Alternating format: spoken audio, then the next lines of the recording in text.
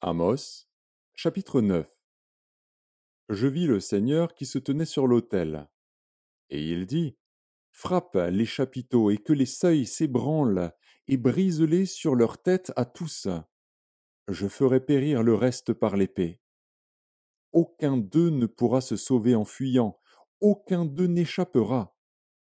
S'ils pénètrent dans le séjour des morts, ma main les en arrachera. S'ils montent aux cieux, je les en ferai descendre. S'ils se cachent au sommet du Carmel, je les y chercherai et je les saisirai. S'ils se dérobent à mes regards dans le fond de la mer, là j'ordonnerai aux serpents de les mordre. S'ils vont en captivité devant leurs ennemis, là j'ordonnerai à l'épée de les faire périr. Je dirigerai contre eux mes regards pour faire du mal et non du bien. Le Seigneur, l'Éternel des armées, touche la terre, et elle tremble, et tous ses habitants sont dans le deuil.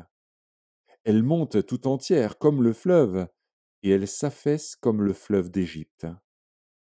Il a bâti sa demeure dans les cieux, et fondé sa voûte sur la terre. Il appelle les eaux de la mer, et les répand à la surface de la terre. L'Éternel est son nom. N'êtes-vous pas pour moi comme les enfants des Éthiopiens, enfants d'Israël? Dit l'Éternel. N'ai-je pas fait sortir Israël du pays d'Égypte, comme les Philistins de Caphtor et les Syriens de Kir? Voici, le Seigneur, l'Éternel, a les yeux sur le royaume coupable. Je le détruirai de dessus la face de la terre. Toutefois, je ne détruirai pas entièrement la maison de Jacob, dit l'Éternel. Car voici, je donnerai mes ordres, et je secouerai la maison d'Israël parmi toutes les nations, comme on secoue avec le crible, sans qu'il tombe à terre un seul grain. Tous les pécheurs de mon peuple mourront par l'épée, ceux qui disent le malheur n'approchera pas, ne nous atteindra pas.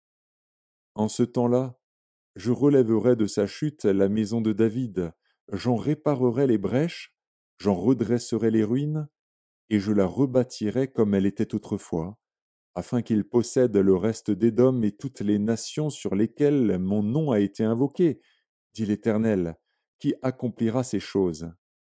Voici, les jours viennent, dit l'Éternel, où le laboureur suivra de près le moissonneur, et celui qui foule le raisin, celui qui répand la semence, où le mou ruissellera des montagnes et coulera de toutes les collines.